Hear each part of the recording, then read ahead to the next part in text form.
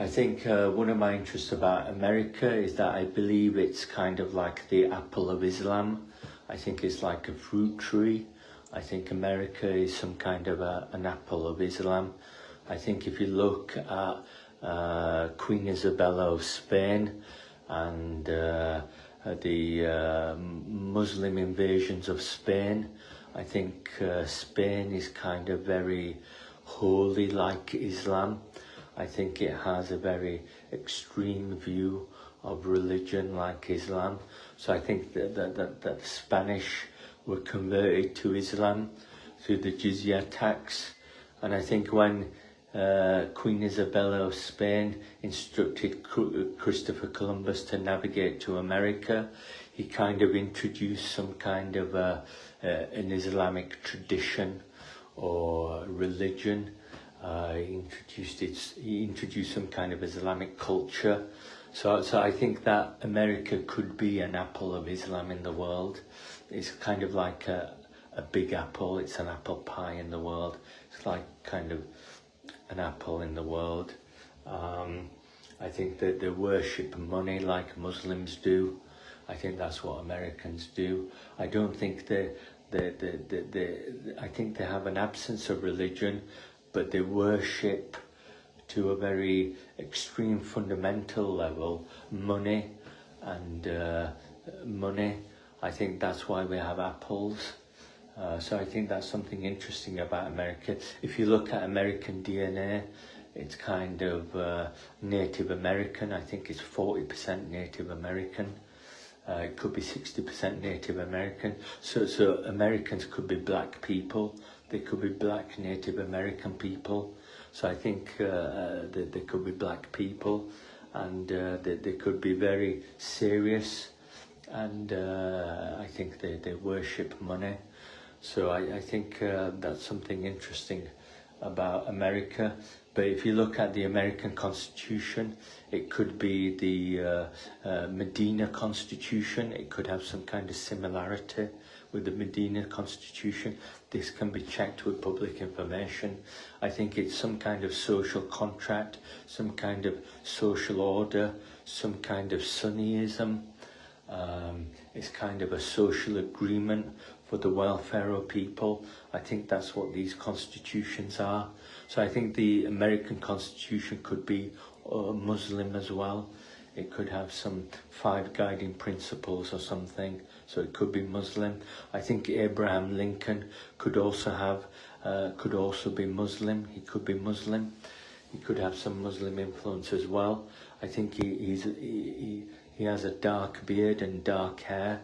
He seems to have a square jaw like Muslims. He seems to have a facial appearance and character and maybe discipline like a Muslim.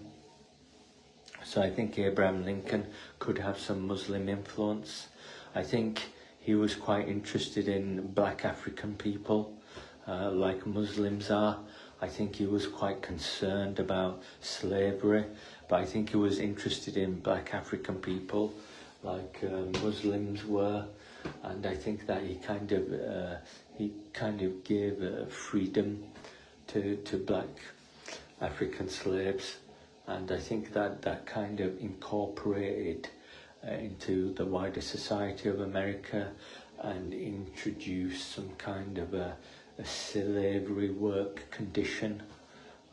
People seem to work 9 to 5 like slaves do, like black African slaves do. So I think there is some kind of a slavery economic condition, some kind of slavery economic condition, because I think Americans feel that's how economies should be built, through an example of the Roman Empire.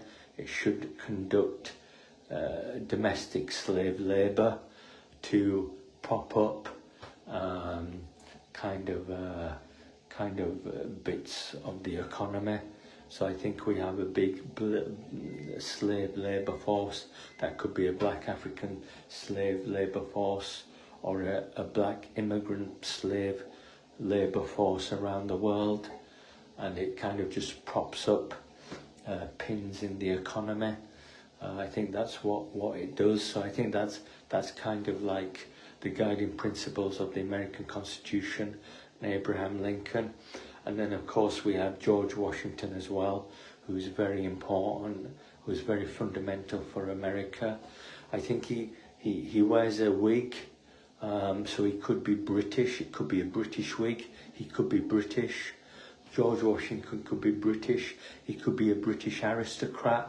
And I think that could be the character of the American independence and the American Revolution and the American independence, that we have George Washington, who could be a British aristocrat. That's why he lost all of those battles in America for the War of Independence. He just lost one battle after another for unusual reasons. I think we needed French involvement to win some kind of West Point area, and I think that kind of created a victory for America's war for independence, and created the United States of America.